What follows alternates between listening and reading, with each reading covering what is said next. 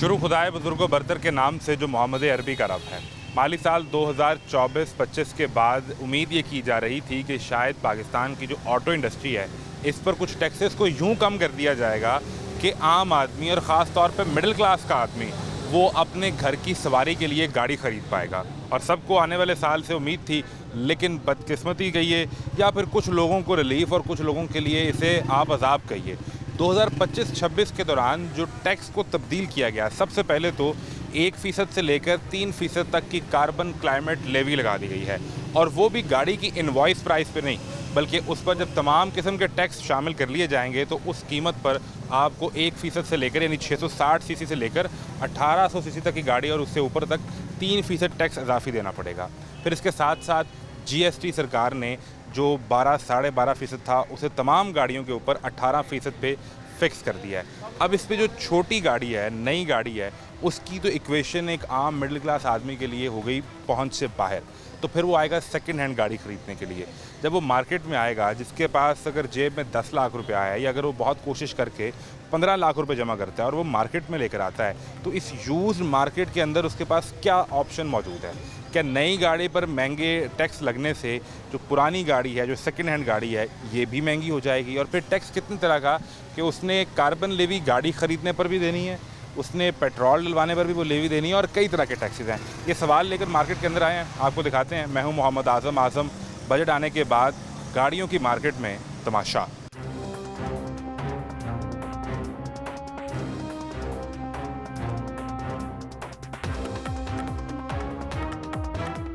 कैसे हैं आप? खैरियत से हैं? अल्हम्दुलिल्लाह। इतनी गाड़ियां आप लोगों ने खड़ी की हैं, तो ग्राहक कहाँ है जिसको बेचनी है? लेकिन देख लें, ये सारी बिकी हुई हैं। सारे कस्टमर को वेलकम करने के लिए बाहर खड़े हैं। यकीन करें, जब भी कोई नई पॉलिसी आती है या नया ऐलान होता है, कस्टमर जो है मार्केट में, आप अफवाहें आपको पता जब चलती है ना, कस्टमर वैसे ही खत्म हो जाता है, ज़्यादा नुकसान पहुंचाती है। ज़्यादा पहुँचाती। इस वजह से हम तो यकीन करें, पहले भी काफ़ी बार ये इंटरव्यू दे चुके हैं यार, थोड़ा सा हमारी इस फील्ड को, इस आर्ट ऑफ मोबाइल कंपनियों को थोड़ा सा सोचना चाहिए, आवाम को कुछ रिलीफ देना चाहिए, कुछ मामला वो जो कंपनीज है वो कहती हैं जी, अगर एक हमारी जो सबसे छोटी गाड़ी है 660 सीसी की, अगर वो 30 लाख रुपए की है तो उसमें सीधा सरकार का टैक्स ही 16 लाख रुपए या 17 लाख रुपए का है। तो कंपनी कहती है मेरे पास इतना मार्जिन ही नहीं है कि मैं आपको रिलीफ दे सकूँ, गवर्नमेंट टैक्सेस बहुत ज़्यादा हैं। बात तो आपकी भी ठीक है, गवर्नमेंट को भी सोचना चाहिए, लेकिन ये कंपनी ने भी अपने मुनाफा ज़्यादा रखा हुआ है ना। अच्छा, थोड़ा सा उनको भी सोचना चाहिए कि थोड़ा सा आवाम को आप समझते हैं कि जो कंपनी अपना मुनाफा रखती है वो जस्टिफाइड नहीं है? नहीं है, बिल्कुल ऐसे ही है। वो कम होना चाहिए। एज कम्पेयर टू, आप देख लें पूरी दुनिया में आपको प्राइसेस का पता है, हर बंदे के पास ऑनलाइन मोबाइल, स्मार्टफोन मोबाइल को पास है उनके, तो वो पता है क्या रेट बाहर के मुल्क में चल रही है। हमारे बॉर्डर के साथ ही है ना इंडिया, भारत, इंडिया, उनमें देख ले प्राइसेस का बहुत ज़्यादा फ़र्क बहुत ज़्यादा है यहाँ की निस्बत। अच्छा, एक तो अब नई गाड़ी की पॉलिसी आ गई, नई गाड़ी के ऊपर एक तो कार्बन लेवी टैक्स लग गया 1 से 3%, फिर GST जिसका 12% था वो बढ़ा के 18 तक पे चला गया। वो तो एक गाड़ी की कीमत में कम से कम लाख, 1.5 लाख, 1,80,000 रुपये तक इजाफा हो गया है। ये जो सेकंड हैंड मार्केट है, इसकी क्या सूरत हाल है? इसकी डिमांड बढ़ेगी, इसकी कीमत बढ़ जाएगी, ये कम होगी? जो बंदा सेकंड हैंड गाड़ी चेंज करता है, ठीक है, उसके जहन में ये तो होता है ना, मैंने गाड़ी आगे लेनी है, तो वो उस हिसाब से कहता है यार मुझे उस हिसाब से पैसे और डालने पड़ेंगे। ठीक है, तो पुरानी गाड़ी भी ऑटोमेटिकली जो है ना वो महंगी हो जाएगी। तो फिर एक वो आम सूरत हाल समझाए ना, एक मिडिल क्लास, ये जो मार्केट है समनाबाद की से कहा, तो ये मिडिल क्लास का तो आप देखें बिल्कुल ही नामो निशान भी मिटता जा रहा है ना। अब ये हमारी मार्केट है, 350 शोरूम है इधर इस समनाबाद के एरिया में, और यकीन करें, पूरा सर्वे करें, पूरी आप ये सारा दिखाएं, कोई कस्टमर का फ्लो नहीं है इधर। पहले संडे बाज़ार बड़ा अच्छा लगता था, वो भी संडे बाज़ार भी अब ना होने के बराबर है। क्यों यार, दरमियाना तबका, उनके पास बजट ही नहीं है। कितने पैसे जेब में लेकर आए आप बताएं ना, इक्वेशन का हाल बताएं। ये देखें, अब ये गाड़ी है ना, ये सिटी है 2007 मॉडल की, ठीक है, यानी आज से कितने साल, 18 साल पुरानी गाड़ी। हाँ जी, ये भी इस वक्त तकरीबन 21 लाख रुपए की, 21 लाख रुपए की, 21 लाख रुपए की ये पुरानी 18 साल पुरानी गाड़ी 21 लाख रुपए की किस बजट में है?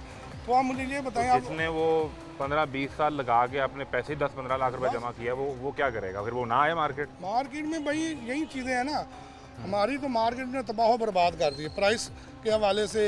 उसके बाद हर बंदा गाड़ी अब चेंज नहीं कर सकता, शौकिया तो चेंज करना इम्पॉसिबल हो गया ना। अब तो बड़ी को मजबूरी हो या किसी ने रोज़गार के लिए लेनी है, उबर क्रीम पे चलाने के लिए, तो फिर वो गाड़ी लेगा, वो गाड़ी ले सकता है, वरना गाड़ी को मैनेज करना बहुत मुश्किल हो गया। गाड़ी मैनेज नहीं हो सकती। बिल्कुल मैनेज नहीं हो बिल्कुल ठीक है जी। ये सूरत हाल है हमारे साथ। ये यहाँ पर अगर आप मेरा कैमरा दिखा सके तो ज़्यादातर जो लोग बाहर हैं वो यहीं पे डीलर लोग हैं जो बेचने वाले हैं, वही हैं। कस्टमर मैंने अभी तक कोई देखा नहीं कहीं डील हो रही हो, गाड़ी चेक करवा रहे हो। ये साहब हमारे साथ मौजूद हैं। अस्सलाम वालेकुम जी वाले कैसे हैं आप? खैरियत से हैं? क्या नाम है? मेरा नाम हारून है जी। हारून भाई, ये गाड़ी आपकी है?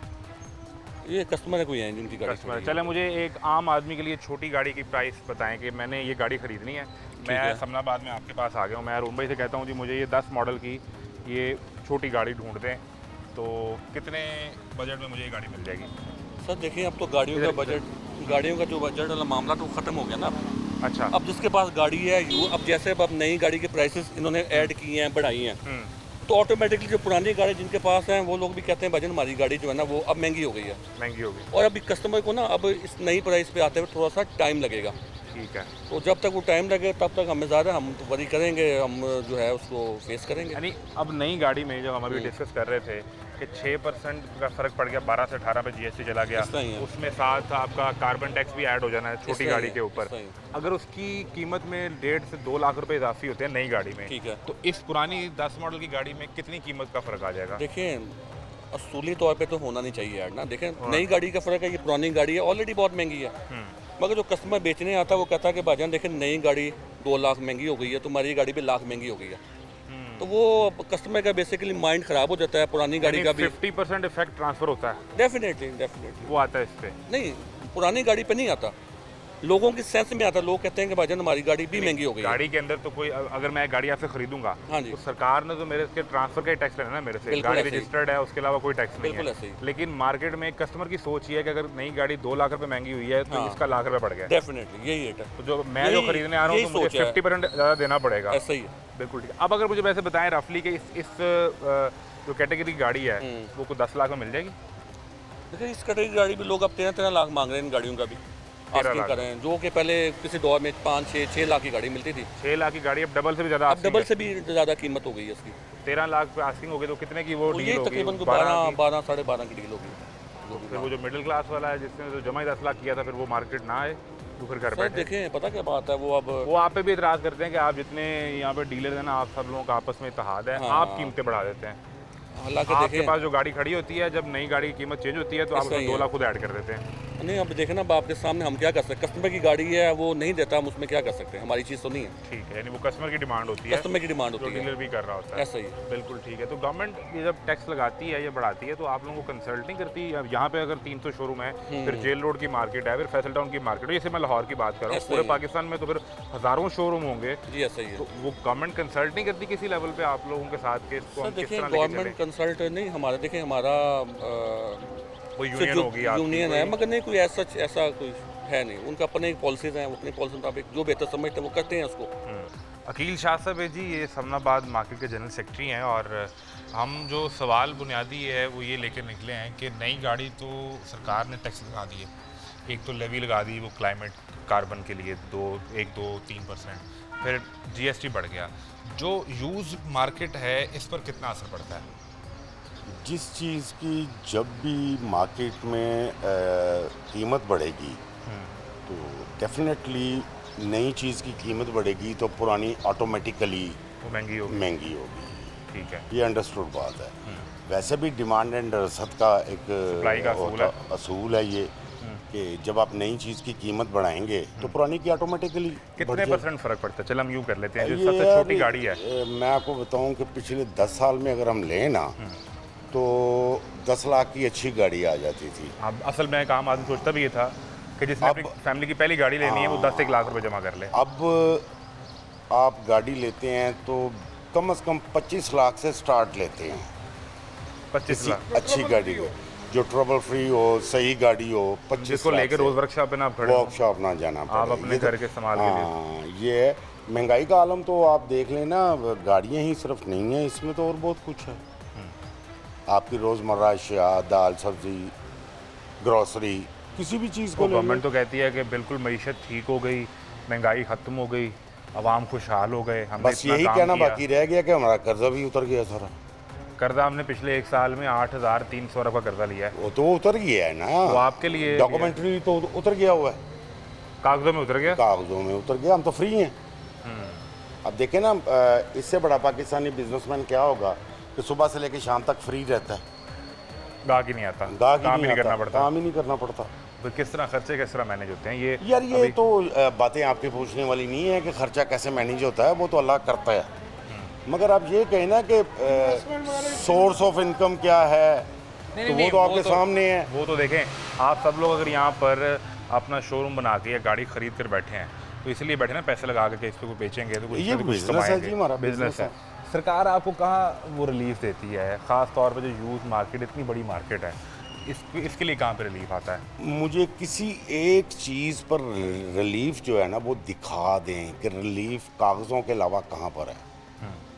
200 यूनिट से 201 में यूनिट की कीमत 5000 बढ़ जाती है। ऐसा ही है। ठीक है, अब लगता है 6 माह के लिए। बाज़ार में जाएं, हम ज़रूरी मुल्क हैं, जी। अजनास की कीमत को आप खुद देख लें क्या है।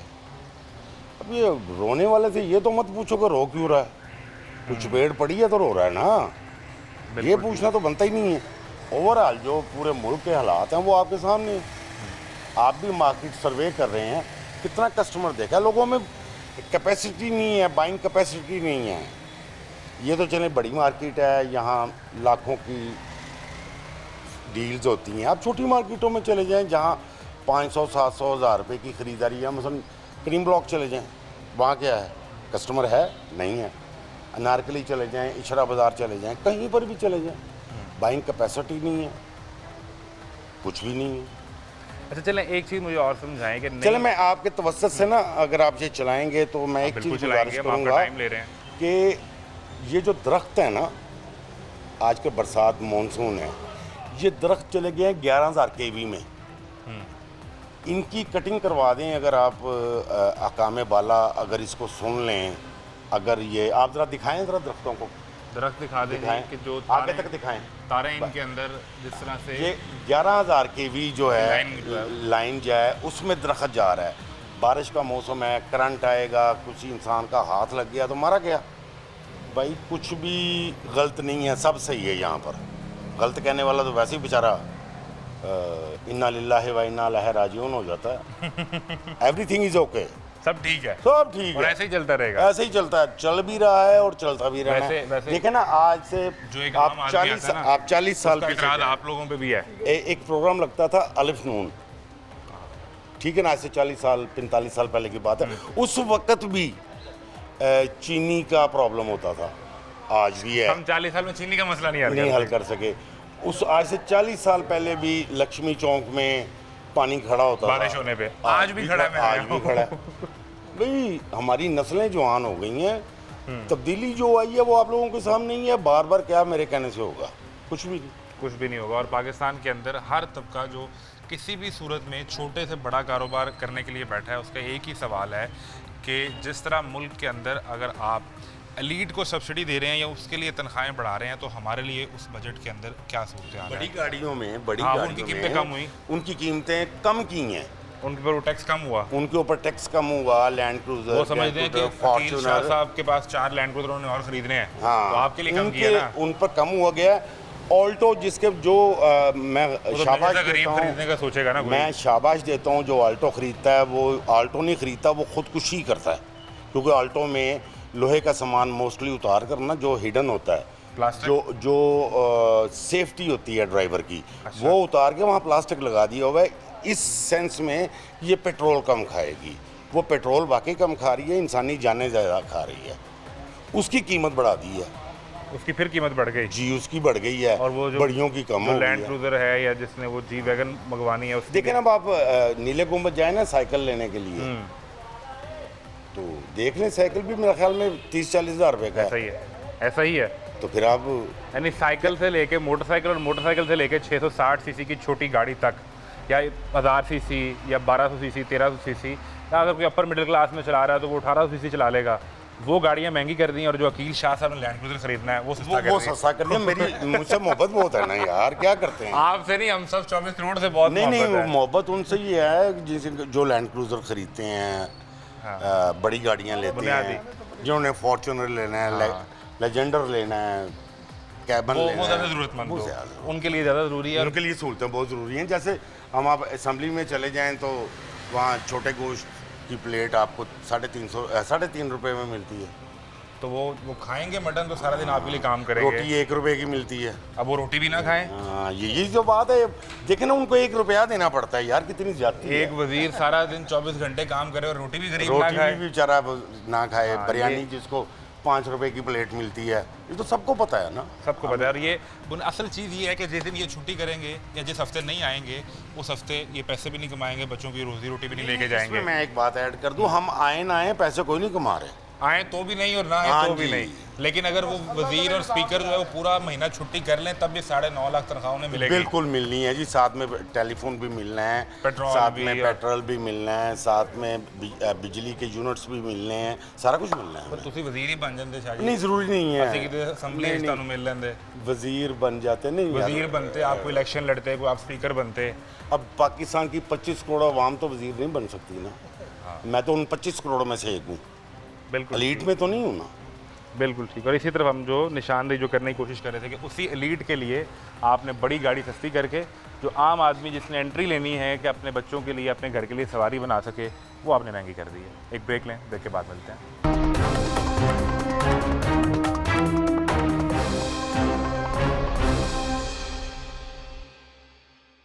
अस्सलाम वालेकुम।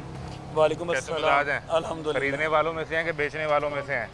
हम भाईजान सेल परचेज का काम करते हैं, इसी मार्केट के कितना मेंबर अर्सा हैं। हो गया तकरीबन आपको काम करते हुए?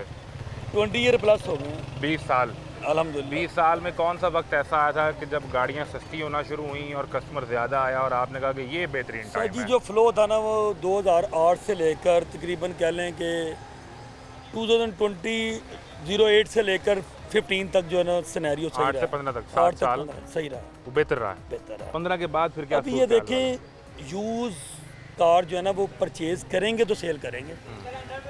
अब लोगों के पास इतनी कैपेसिटी नहीं है कि वो गाड़ी Change सेल करें और फिर नहीं और ले। फिर नहीं लें, वो चेंज नहीं कर सकते ना। वो अब वो रेंज आउट ऑफ रेंज होगी, 20 वाली गाड़ी बेचेंगे तो 40 की लेंगे। हाँ हाँ हाँ हाँ। और फिर कैसे, पहले तो 5 लाख का डिफरेंस होता था, 4-5 लाख 4-5 लाख डाला और गाड़ी नहीं ले ली। ठीक है। अब ये हमारे पास तो देखें यूज़ कार आनी है तो हमारी मार्केट ने फ्लो करना है, फिर ही वो बिकेगी तो कुछ 4 पैसे और आपके यूज़ बनेंगे। कार वही सेल करेगा इस बार नहीं के पैसे जिसके पास नहीं के पैसे। और नहीं के पैसों में तो आप ये लगाएं कि 25 की गाड़ी बेचेगा, 25 ऐड ऑन करेगा तो 50 की गाड़ी लेगा, चाहे वो कल्टस है।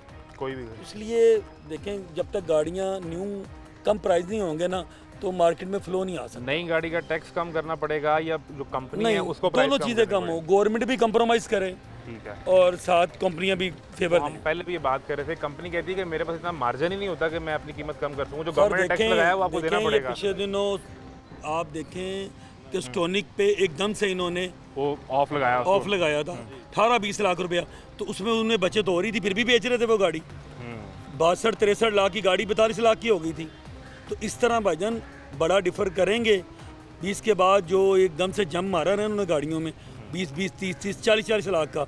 अब ग्रैंडी 42 की थी इस वक्त कितने की 2021-22 में, अब तो भाईजान 80 प्लस है, तो भाईजान डबल रेट हो गए हैं। और इसी तरह फिर जो यूज है इस उसका भी रेट तरह बढ़ता है। सर जी वो अंडरस्टूड कितने कितने परसेंट ये इम्पैक्ट आता है अगर नई गाड़ी जो है वो अगर 2 लाख या 4 लाख महंगी होती है तो यूज के ऊपर वो कितना असर पड़ता है? यूज़ पे भाईजान गाड़ी पे बहुत ज़्यादा असरात हैं। सपोज जिस तरह वैगनार 2018 में 12 लाख की इसकी इनवाइस थी, ठीक है। ठीक है। इस वक्त अगर हम यूज़ में वैगनार जो बेच रहे हैं ना वो 18 मॉडल की गाड़ी अप्रॉक्सीमेटली 20 लाख से लेके 25 के राउंड का होता है, ठीक है। इस्तेमाल शुदा गाड़ी जो है। अब आप ये देखें 3 से 4 सालों में यूज़ गाड़ी के ऊपर ये असर है। मैं आपके तवज्जुह से मुझसे बहुत ज़्यादा बेहतर बातें मेरे बड़े सीनियर भाई हरून भाई ने आपसे शेयर की हैं। आपके तवज्जुह से मैं अपनी मार्केट में और दो जो ये मुतवसत तबके की एक मार्केट है समझा कहा जाता था अब तो जी। वो कितने पैसे लेकर आए ना, ये समझाएं जरा, ये इक्वेशन समझाएं। जी, अब तो कि- 3 मिलियन लेके आते हैं तो लोगों को गाड़ी मिलती है जी, सही है। 30 लाख रुपए जी। सर अच्छी गाड़ी तो आपको 30 में भी नहीं मिलती, अच्छी गाड़ी 35 लाख की मिलती है आपको। 30 में गुजारा करना है। हाँ जी गुजारा, वो भी नॉर्मल गाड़ी मिलेगी इसका मतलब है कि फिर वो जो मिडिल क्लास वाला है वो आपकी मार्केट में ना आए, उन सब सर जी वो दूर से देके गुजर जाया करे। लेकिन इसमें हमारा तो कोई कसूर नहीं है, ये तो सारा सिस्टम का मसला है ना। हमारी जब तक गवर्नमेंट फेवर नहीं देगी और इस इंडस्ट्री को जब तक ये पुश नहीं करेगी ये नहीं चल सकती। अच्छा ये चलें, नई गाड़ी तो कोई बंदा ख़रीदता है, इनवॉइस प्राइस आती है, फिर उस पर विद होल्डिंग टैक्स लगना है, सेल टैक्स लगना है, सरकार को टैक्स मिलता है। तो यूज गाड़ी है, इस पर सरकार को क्या फ़ायदा होगा? उसे कहाँ टैक्स मिलना है? सिर्फ एक रजिस्ट्रेशन ही उसकी होनी है, चेंज हो रही है सर वो बिल्कुल ठीक कह रहे हैं, लेकिन देखें नई गाड़ी तो महीनों में बिक रही है एक गाड़ी, यूज़ गाड़ी तो डेली ट्रांसफ़र हो रही है। ठीक है भाईजान ये ना बात करें, अभी मिसाल ने आज मैंने एक किया स्पोर्टेज बेचा है, तो उसका जो चलान ट्रांसफ़र चलान निकला हुआ है ना वो 76 प्लस का है। 70,000 रुपये का। हाँ जी, तो सर जी ये किसको पैसे जा रहे हैं? गवर्नमेंट को जा रहे हैं ना। अच्छा एक मुझे आपसे आखिरी चीज़ मैं पूछना चाह रहा हूँ, जो आपने बताया कि 8 से 15 तक का अच्छा टाइम था, उसमें रोज़ाना इस सिर्फ मैं समनाबाद की मार्केट की बात करूँ तो कितनी गाड़ियों की सेल परचेज हो रही थी और अब नंबर कहाँ पे आ सर गया वो है? रूटीन में होती थी, अब तो मंथली होती है ना, तब रूटीन में थी, एक तब दूसरे रोज़ हो रही दिन थी। हाँ जी गाड़ी बिकती थी। क्यों? तब बजट था 8, 10, 12 लाख, 15 लाख हर रुपया। शोरूम वाला बेच रहा हर शोरूम वाला बेचता था, संडे को तो बहुत ज़्यादा बेचता था ना। ठीक है। कोई छोटी मूड वाली गाड़ियाँ थी, तब रेट इतने नहीं थे, हर बंदा अफोर्ड करता था। अब महीने में कुछ 4, 5, 6, बस 8, इस तरह ही 10 कितनी बेचते है, हैं? बस अब टारगेट कोई नहीं है, टारगेट कोई नहीं है। क्या कह रहे हैं? कस्टमर नहीं है मार्केट में, नहीं है कस्टमर। नहीं है कस्टमर, बिल्कुल नहीं। अब देखें ये आल्टो है, 8-9 मॉडल की, इसका लोग 12 लाख मांग रहे हैं, तो लोग क्या लेंगे, क्या परचेज करेंगे मुझे बता दें। कल्टर पहले बिकती थी 8 मॉडल वाली 4 लाख की, अब वो गाड़ी 12 लाख की बिक रही है। 12 लाख रुपए हाँ की जी, है ये कल्टर EF इंजन खड़ी है 8 मॉडल वाली। अब आप मुझे बताएं कि लोग क्या लेंगे, क्या करेंगे आगे। इसके बाद 30-35 लाख रुपये ना उसको मिलेगी जैपनीज़ कार, वो भी आपको अच्छी वाली मिलेगी कि 30-35 लाख के दरमियान। अच्छा ये कोई इंपोर्ट भी 5 साल से पुरानी उसको रिलैक्स कर रहे हैं, उसकी अभी इजाज़त उन्होंने दे रहे किया, हैं लेकिन कि आ जाए? अभी गवर्नमेंट ने फाइनल नहीं किया, अभी उसको इम्प्लीमेंट कर दिया उन्होंने। नहीं है, लेकिन ये कि इस बजट में टैक्सेस ही आए हैं, गाड़ियाँ महंगी हुई हैं। हर बंदा जो है ना वो भाईजान लैक्सिस नहीं ना लेता, हाँ वो तो हर आपके बंदा लिए- क्रूजर नहीं ना लेता। वो तो उन्हें बेनिफिट्स मिला है ना, हमें तो कोई बेनिफिट्स नहीं मिला। आप क्रूजर नहीं चलाते? नहीं मैं चलाता क्रूजर, कैसे अमीर चलाता आदमी हूँ? है, क्रूजर चलाया नहीं, करें। नहीं भाई मैं तो आपके लिए सस्ता ऑल्टो किया है। चलाता हूँ भाई, हर बंदा पेट्रोल बचाने के लिए। रेशो जो है ना वो देखिए नहीं मैं आपको समझाता हूँ। असल में सरकार ने 660 सीसी महंगी की है ताकि आप वो ना चलाएं, क्रूजर सस्ता किया ताकि आप बड़ी गाड़ी चलाया करें। क्या बात है, इसको उसके इस तरह पैसे कहाँ से समझे ना। लाएंगे सर जी? ये भी तो देखें ना, अगर देखें 10 करोड़ वाली गाड़ी 1 करोड़ कम हो गई है तो 9 करोड़ की होगी। तो 9 करोड़ की हो गई है, तो ऑलरेडी वो तो पहले 5 करोड़ की थी।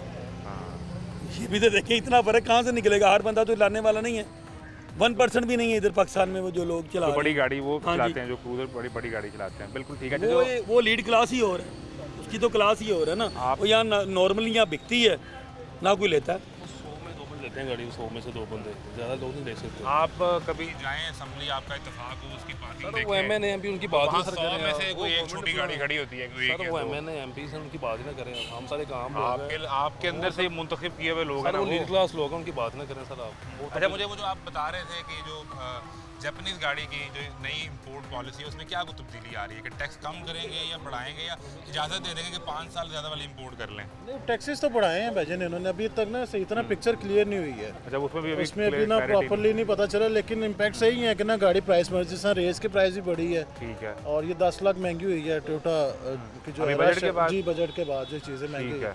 मैंने आपके तवज्जुह से ना अपने मुतवस्सित तबके के हवाले से ना बताएं, इनको एक चीज़ बतानी थी, क्योंकि यहाँ पे लोगों के इमेजेस ना जो बहुत ज़्यादा टोटल जेन्युइन गाड़ी, एंटीक गाड़ियाँ, इन चीज़ों से निकल के ना कन्वेंस के नज़रिए पे आए ना, तो हमारे लिए भी आसानी है। पॉइंट ऑफ व्यू अगर आप ये ढूंढने आए कि बम्पर टू बम्पर जेन्युइन हो तो फिर आप गाड़ी नहीं ले पाएंगे। गाड़ी नहीं ले पाते हैं, तो ये अपना एक मेंटल जो लेवल है ना इनको थोड़ा सा नीचे करना चाहिए। नज़रिया एक गाड़ी कन्वेंस अपने फैमिली के लिए, उन्होंने अगर कन्वेंस के नज़रिए से आए तो कुछ चीज़ें इनको मिल सकती हैं किस चीज़ हमारे लिए भी। चलें ये बताएं, ऐसा भी तो ना हो कि वो इस चक्कर में कि मुझे कोई 2 लाख गाड़ी सस्ती मिल जाए, वो ऐसी गाड़ी ले ले जिसको रोज जाके वर्कशॉप पे खड़ा इंजन हो। पार्ट तो डेफिनेटली वो क्या चेक क्या करें। चीज़ जो है वो ज़रूर देखनी है, यानी इंजन को देख लें। इंजन देखें गाड़ी का, आउटर बॉडी सम टाइम ना, क्योंकि लाहौर में आपको पता है कि ट्रैफिक इतनी है, बाहर से बाइक वाला, रिपेंटेड हो ही कोई जाती रिक्शे वाला, है, कोई तो ना वो कोई इतना मार कोई जाता है। मैटर नहीं है। ठीक इस चीज़ के ऊपर हमारे साथ ही यूएई है, अरब है, अरब अमारात है, इंडिया भी इवन जो है, वहाँ पे रीपेंटेड गाड़ी को कंसीडर करते ही नहीं है कि ठीक है नॉर्मली कन्वेंस चाहिए। यहाँ डील में आती नहीं वो बात। डील में आती, यहाँ पे एक फोबिया है, हम डीलर्स रात के लिए प्रॉब्लम है भेजे ना, हम लोग गाड़ियाँ वैसे ही आप डीलर रात नहीं बनाया होगा ना, मकसद ये कि हम आपकी आपके गाड़ी में तवज्जुह होगा तो से ये कहेंगे, इनकी गाड़ी में होगा तो आप हमारे सिर्फ पाकिस्तान में है। आप ये देखेंगे, आप ये श्योर करें कि गाड़ी एक्सीडेंट ना हो। मेन सेकंड, गाड़ी का इंजन 100% ओके हो। ठीक है। भाईजान बाकी देखें, बॉडी पेंट हो जाना तो लाहौर वाले इतने कंजस्टेड एरिया में तो लगती है गाड़ी, बिल्कुल पेंट होती है। बिल्कुल आप ठीक है। ये श्योर करें, कस्टमर को दें, श्योरिटी दें कि भाई ये गाड़ी एक्सीडेंट नहीं है, और इसका इंजन कंफर्म है पूरे वाला ये जो एक हवा बना हुआ है, ये डीलर से रात में बनाया ना, वो समनाबाद के हों, सर जेल ये रोड के हों, डुप्लीकेट फैसल वाला टाउन के हों। मामला, ये चीज़ें हमने बनाई हुई हैं, बिल्कुल हमारी ही वो अब आपके पैदावारी गले पड़ गई है हैं वो। हाँ वो हमारे तो मकसद कहने का है, वो कस्टमर अब जो है ना अवेयरनेस आ गई है, बिल्कुल ठीक है, बायोमेट्रिक का दौर है, अब लोग कहते हैं ठीक है यार ऑनर सामने हो, बायो करे, ख़त्म, बिल्कुल ठीक है। पेपरलेस काम हो गया हमारे वो जो पहले एक मिथ बनाई गई कि आपने बम्पर टू बम्पर जेन्युइन गाड़ी लेनी है, यहाँ काम होता भी रहा, अब वही मिथ इनके गले पड़ गई और आम आदमी के भी, ये बेच नहीं पाते और आम आदमी ख़रीद नहीं पाता। जब वो टोटल जेन्युइन में जाएगा तो कीमत 5 लाख 6 लाख बढ़ जाएगी, और अगर माइनर टचिंग भी है, गाड़ी मेजर हिट नहीं हुई, कोई उसका बड़ा एक्सीडेंट नहीं गाड़ी का हुआ, इंजन उसका ठीक है, आप गाड़ी लें। और जिन्होंने बात बिल्कुल ठीक की है कि अपने घर की सवारी लें, आपने उसको लेकर कोई शो पीस में नहीं रखना, आपने उसको चलाना है और सड़क पे जाते हुए पेंटेड हो सकती है, दोबारा हो सकती है, आपसे भी हो सकती है, जेन्युइन लेके जाते हैं, आपसे जाते हुए लग सकती है। सबसे बड़ा जो हमें प्रॉब्लम पेश आ रही है प्राइस बढ़ने की वजह से न्यू गाड़ियों की, हमें जो यूज़ कार वालों को मसला आ रहा है कि भजन कोई बंदा गाड़ी सेल करने में रेगनी नहीं है, सबसे बड़ा मसला ये है। वो कैसे सेल करेगा, नहीं के पैसे ही नहीं उसके नहीं के पैसे नहीं है, डबल पैसे ऐड ऑन करेगा। बिल्कुल सही है। जब वो यही सोचते, ये जो अगर स्विक बेचता है ना तो बाद में स्विक नहीं ले पाता, सिटी लेता है, जो सिटी बेचता है वो कल्टस लेता है, कल्टस वाला आल्टो पे जाता है, बैक पे आते हैं, आगे नहीं जाते। बिल्कुल ठीक है। ये सारा सिनेरियो जो ना महंगाई के ये दौर, मार्केट की सूरत हाल है और हमने जो टाइम गुजारा भी है मार्केट में, कोशिश हमने ये की कि हमें यहाँ चलते फिरते कहीं कोई डील होती नज़र आए, कोई गाड़ी बेच रहा हो, कोई गाड़ी चेक कर रहा हो जो हमें नहीं मिल सकी, जिसका मतलब ये है कि फ़िलहाल कस्टमर नहीं निकल कर आ रहा। पहले चलें कुछ गर्मी का फैक्टर भी था, आज कुछ मौसम बेहतर है, इसके बावजूद भी कस्टमर मार्केट में नहीं आया। अब ये कस्टमर के लिए सरकार क्या सोचती है, वो बड़ी गाड़ी को सस्ता कर देती है, छोटी गाड़ी को महंगा कर देती है, इसके पीछे की साइंस क्या है, ये जो मार्केट गुरु हैं उनसे हम समझने की कोशिश करते हैं, लेकिन एक ब्रेक के बाद।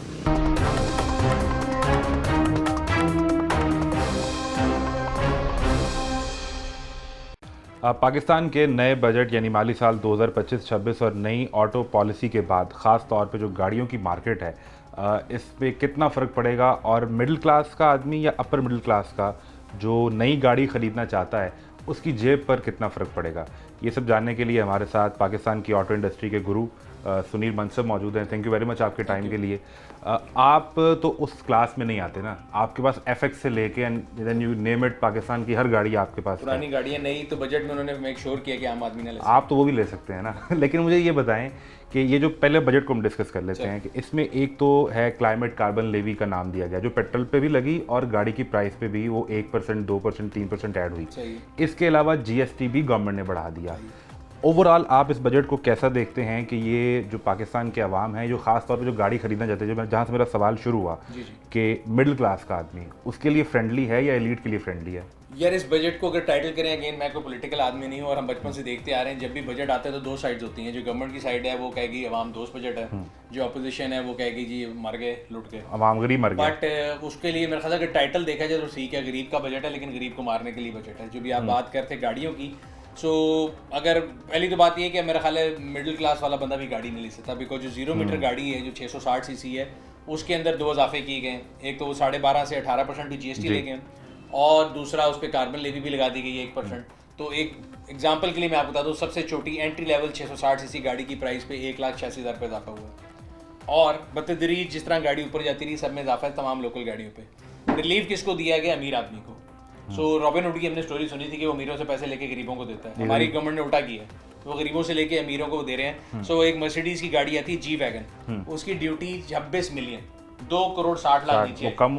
सो आप 2 करोड़ 60 को डिवाइड कर लें 2 से, तो मेरे ख्याल से तकरीबन आएगा 130 गाड़ियाँ, 130 ऑल्टो वाले वो एक G वैगन फाइनेंस कर रहे हैं, उसकी जो प्राइस कम होगी। मुझे उसकी लॉजिक समझ नहीं आती। अगर आप अदर वे राउंड करते कि आप G वैगन वाले से 260 ज्यादा लेके ऑल्टो वाले के लिए बेचारे की कमी कर लेते, फिर समझ तो आपने सब्सिडी नहीं की, चले आप ना करते बराबर रहने देते, उससे उतने पैसे ले लेते G वैगन वाले से और ऑल्टो वाले से भी। आपने बिला वजह छितर मार के ऑल्टो वाले से पैसे ज्यादा ले रहे हैं और G वैगन वाले को रिलीफ दे रहे हैं। G वैगन हो गई, लैंड क्रूजर हो गया, जितनी इंपोर्टेड गाड़ी हैं, लेक्सिस की ड्यूटी के अंदर 1 करोड़ रुपए की कमी आ गई है, लैंड क्रूजर में 70 लाख रुपए की कमी आ गई है।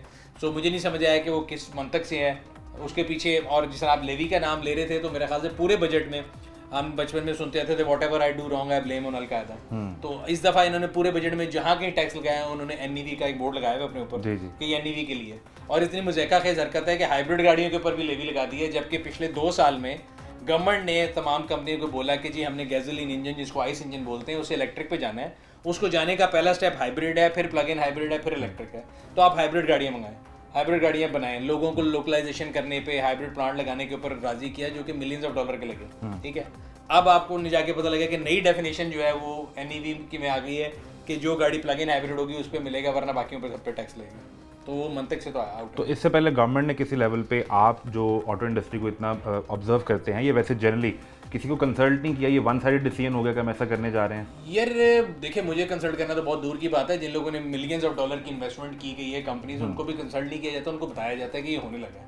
वरना कोई भी ज़ही शुर आदमी, मैं आपको बता रहा हूँ कि अगर आप मुझे इसकी लॉजिक समझा दें कि एक इंपोर्टेड गाड़ी जो कि अमीरों ने लेनी है, उस गाड़ी के लिए 130 गरीबों से महंगी गाड़ी क्यों लें वो, और कोई सेंस नहीं बनती, मतलब किसी लॉजिक उसकी समझ नहीं आती। 40,000 ऑल्टो बिकती है साल की, जो पाकिस्तान की सबसे मोस्ट सेलिंग कार है, उस पे आपने सिंपल कैलकुलेशन लगाई एक्सेल पे कि यार इस पे अगर 2 लाख डाका ला लो छोटा छोटा, और ये 1-2-3% भी कहा जाता है, ये सिर्फ आपको ये कहते हैं ना इट्स ए नंबर गेम, वो 1% नहीं होता, वो 1% कहाँ जाके लग रहा है। गाड़ी की इनवॉइस पे पहले विद होल्डिंग टैक्स है, फिर FED है, फिर उस पर GST है, उन सारे के ऊपर जाके 1% है। तो गाड़ी की वैल्यू इनवॉइस प्राइस पे नहीं है, सारे टैक्स ऐड करके फिर कंपाउंडिंग करके 1-2 और 3%।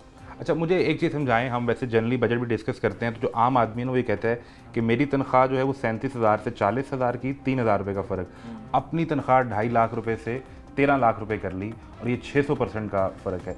यही पैटर्न हमें यहाँ भी नज़र आ रहा है कि एक गाड़ी को स्पॉन्सर करने के लिए आपने 130 लोगों से पैसे लिए हैं। जनरली पाकिस्तान के अंदर ऑटो इंडस्ट्री में अब प्राइसेस नीचे नहीं आएंगे, ये ट्रेंड इसी तरह से रहेगा? पाकिस्तान में देखें, ऑटो इंडस्ट्री एक ऐसी इंडस्ट्री है जिसको हम सारे मिल के कोसते भी हैं।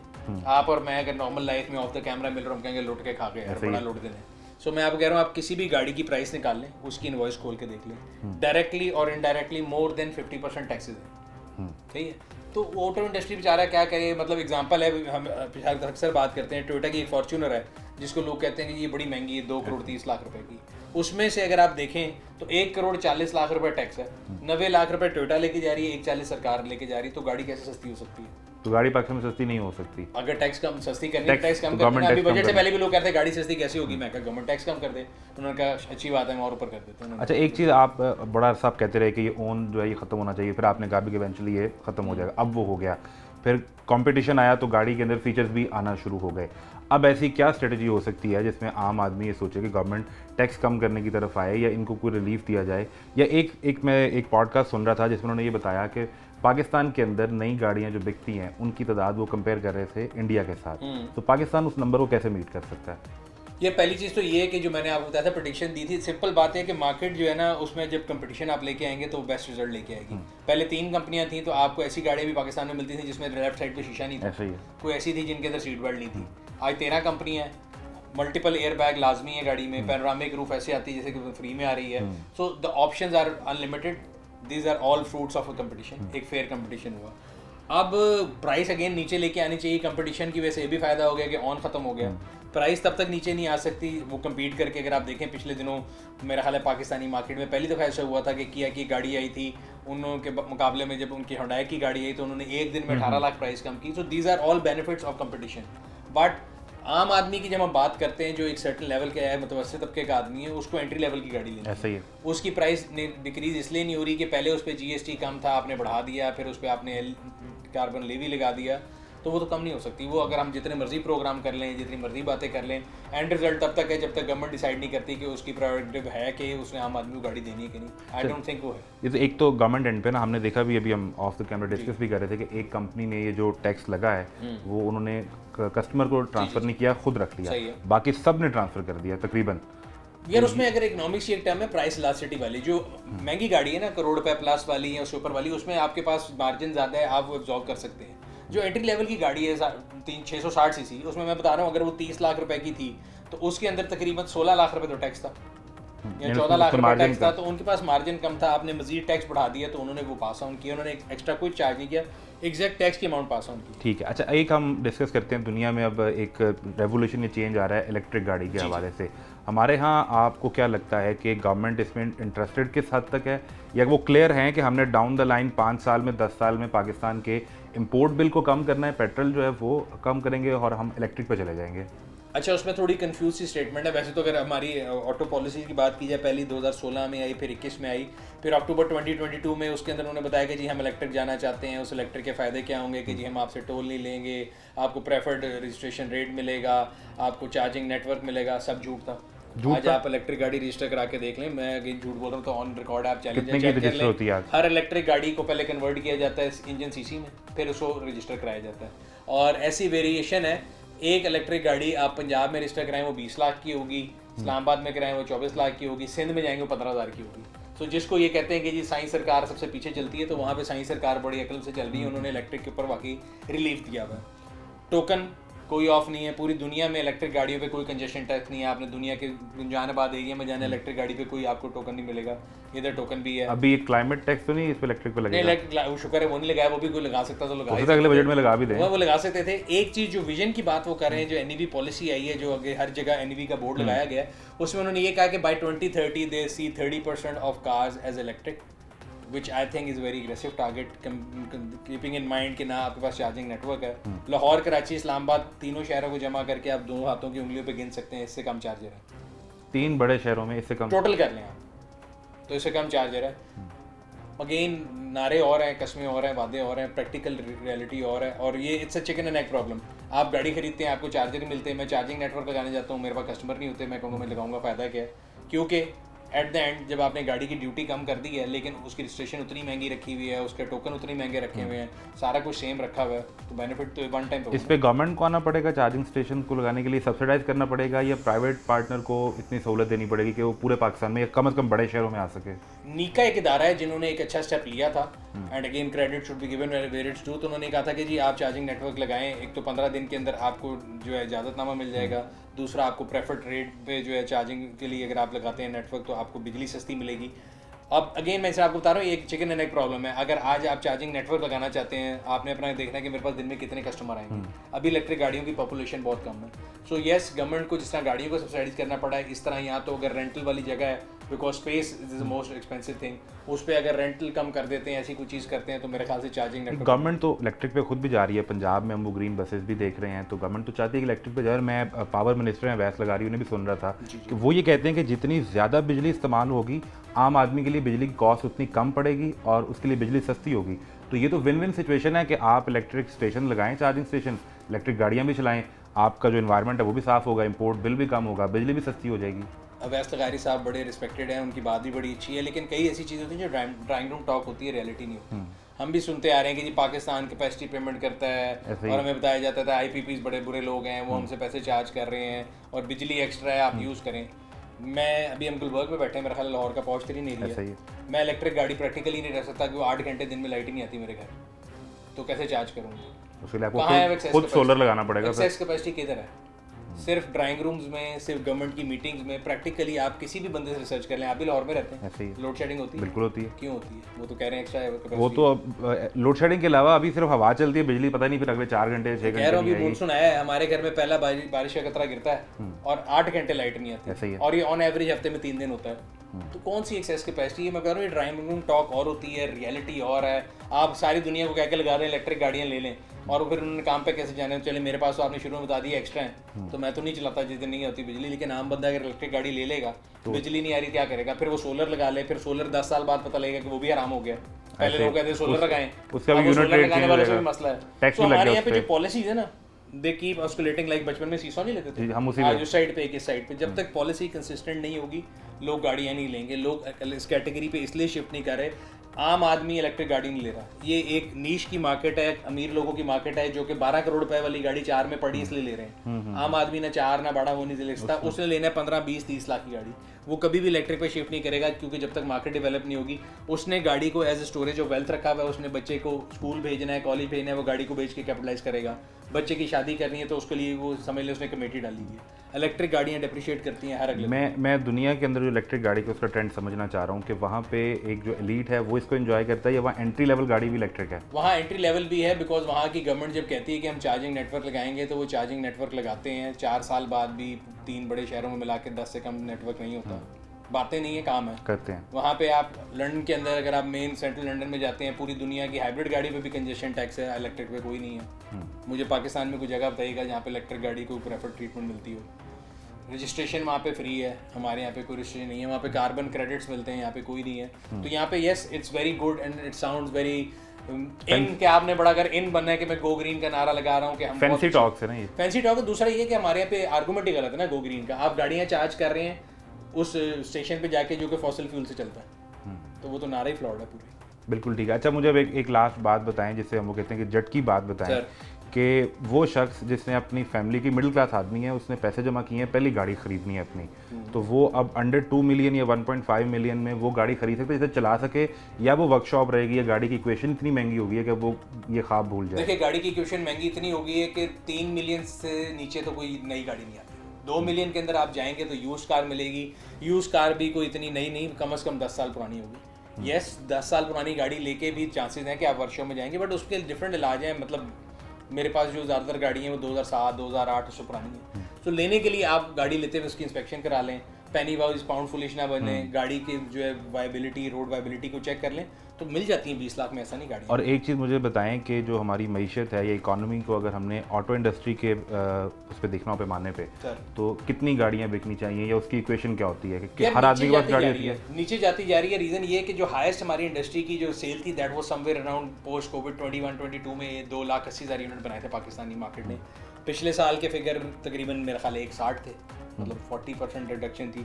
इस साल क्या, it's directly connected to your आपकी इकोनॉमिक सिचुएशन क्या है। जिस तरह आप और मैं बात कर रहे थे कि आपकी मेरी डिस्पोजेबल इनकम नहीं बढ़ी, अगर हम काम करते होते, जो कहने को करते हैं, जो असल में काम नहीं करते, उनकी 600 गुना बढ़ती है, मेरी आपकी नहीं बढ़ती। ऐसा ही है। But at the same time जब आप सड़क पे जाते हैं तो 2.5 रुपये लेवी आपने भी उतनी देनी है। वो 600% बढ़ने के बाद उतनी दे रहे हैं आप और मैं। इसका तो पेट्रोल ही मुफ्त होगा ना, वो भी हमने देना है। हम 10% पे दे रहे हैं, समझ रहे हैं? तो जब तक पॉलिसी बनाने वाला खुद उसके रास्ते में नहीं होगा ना, तो उसको नहीं पता लग सकता। आखिर में मुझे एकदम याद आया, आपने सवाल पूछा था इंडिया से कंपैरिजन किया। जी। इंडिया से कंपैरिजन अगेन उस लिहाज से थोड़ा अनजस्ट इसलिए होता है कि आप कोई भी इंडस्ट्री है ना, अगर आपने फर्ज करिए ग्लास बनाना है और इसके एक आपने पहले डाया बनाना है और फिर उसमें से यूनिट निकालने हैं। पहली कॉस्ट है डाई की, उसके बाद जितने आप यूनिट निकालेंगे वो पर यूनिट कॉस्ट डिवाइड होती है। सो एग्जांपल ले लेते हैं, अगर 660 की ऑल्टो की बात हो रही है, यहाँ 40,000 बनती है, वहाँ 4 लाख बनती है। तो जो उसके पार्ट्स बनाता होगा उसके लिए आप देखें कितने उस पर वो डिवाइड होना है। तो इसलिए हम उनकी कॉस्ट को मैच नहीं कर सकते। येस कॉस्ट को बेहतर करने का तरीका ये है कि आप प्रोडक्ट ज़्यादा बने। प्रोडक्ट ज़्यादा कैसे बने कि गवर्नमेंट बिला वजह के टैक्स ना बढ़ाए और उसको सारा रिलीफ दे देता है, जब 40,000 से 60,000 यूनिट पे चले जाएगा, फिर आप जाके उसको पूछ सकते हैं भाई कॉस्ट कम क्यों नहीं कर रहे। अच्छा एक मुझे चीज़ और बता दें कि आप जनरली जो लोकल ट्रांसपोर्ट है आप उसका भी रिव्यूज़ करते हैं, जाते रहते हैं वो कहते हैं, तो ये कोई इंफ्रास्ट्रक्चर हम सुन रहे हैं कि येलो लाइन भी लाहौर में बन रही है और कोई ब्लू लाइन भी आ रही है, इसे किस तरह आप देखते हैं? दुनिया में तो जो पब्लिक ट्रांसपोर्ट है उस पर इन्वेस्ट किया जाता है ताकि इंडिविजुअल गाड़ियाँ कम हों, तो यहाँ पे ऐसा कोई आपको नजर आता है गवर्नमेंट की इसमें सोच रहे हैं कि? I think again credit should be given where it's due it, they have come a long way. जब हम बचपन में थे लाहौर में 47 नंबर वैगन के अलावा कोई नहीं होती थी, ठीक है, जिसमें ड्राइवर आपकी तरफ ही देखता रहता था यूं टेढ़ा हाथ लगा के।